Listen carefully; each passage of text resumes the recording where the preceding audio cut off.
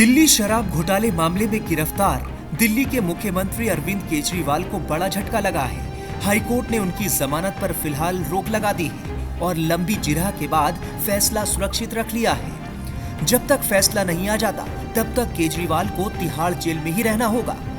केजरीवाल को दिल्ली आबकारी नीति केस में राउज एवेन्यू कोर्ट से जमानत मिल गई थी, लेकिन 24 घंटे के भीतर ही कोर्ट ने रोक लगा दी। सुनवाई के बाद हाई कोर्ट ने फैसला सुरक्षित रख लिया और जब तक हाई कोर्ट का फैसला नहीं आता अरविंद केजरीवाल को जेल में ही रहना होगा।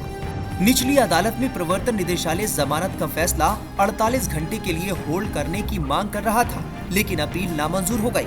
ऐसे ही कुछ दलीलों के साथ ईडी ने हाई कोर्ट में जमानत के फैसले के खिलाफ अपील की और सुनवाई होने तक उस पर रोक लगा दी। दिल्ली हाई कोर्ट में ईडी के वकील का कहना था कि निचली अदालत में बहस का पर्याप्त वक्त नहीं दिया गया। Additional solicitor general S V Raju ने हाई कोर्ट को बताया कि ट्रायल कोर्ट ने ईडी की तरफ से पेश दलीलों पर ध्यान नहीं दिया।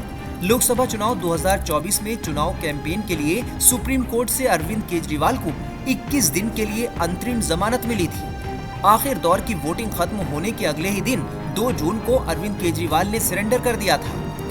लोकसभा चुनाव से केजरीवाल को काफी उम्मीदें थीं, लेकिन नतीजों ने नाउम्मीद कर डाला। अब तो ऐसा लगता है जैसे केजरीवाल की चुनौतियां खत्म होने का नाम ही नहीं ले रही हैं और ये स्थिति उनके जेल में रहने के दौरान ही नहीं, जमानत पर बाहर आने के बाद भी बनी रहने वाली है। देखा जाए तो केजरीवाल के जेल चले जाने के बाद कामकाज पर बस इतना ही फर्क पड़ा है कि जरूरी फाइलों पर दस्तखत करने के लिए वो मुहैया नहीं होते, वरना जेल से तो वो सरकार वैसे भी चला ही रहे हैं और इस बात पर किसी को आपत्ति भी नहीं है। केजरीवाल को ऐसा करने से रोकने के लिए कई याचिकाएं दायर की गईं और खारिज भी हो गईं। लेकिन इस वक्त दिल्ली में जल संकट सबसे बड़ा मुद्दा बना हुआ है। बीजेपी केजरीवाल से इस्तीफे की मांग कर रही है, जबकि लोकसभा चुनाव में उसके साथ मिलकर चुनाव लड़ी कांग्रेस भी केजरीवाल और उनकी सरकार पर हमलावर है। जल संकट ही नहीं, ऐसे कई मुद्दे हैं जो दिल्ली सरकार के लिए मुश्किलों का सबब बने हुए हैं और बात बात पर दिल्ली के उपराज्यपाल और केजरीवाल सरकार में टकराव तो जैसे पूरे साल का खेल बना हुआ है। इंडिया गठबंधन में राहुल गांधी, शरद पवार, अखिलेश यादव और ममता बनर्जी के मुकाबले केजरीवाल का प्रदर्शन सिफर ही रहा है। जाहिर है गठबंधन में केजरीवाल की हैसियत पर भी इसका असर पड़ना है।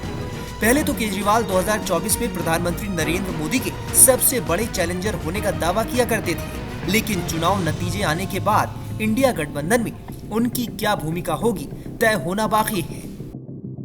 Times now of Bharat digital की रिपोर्ट।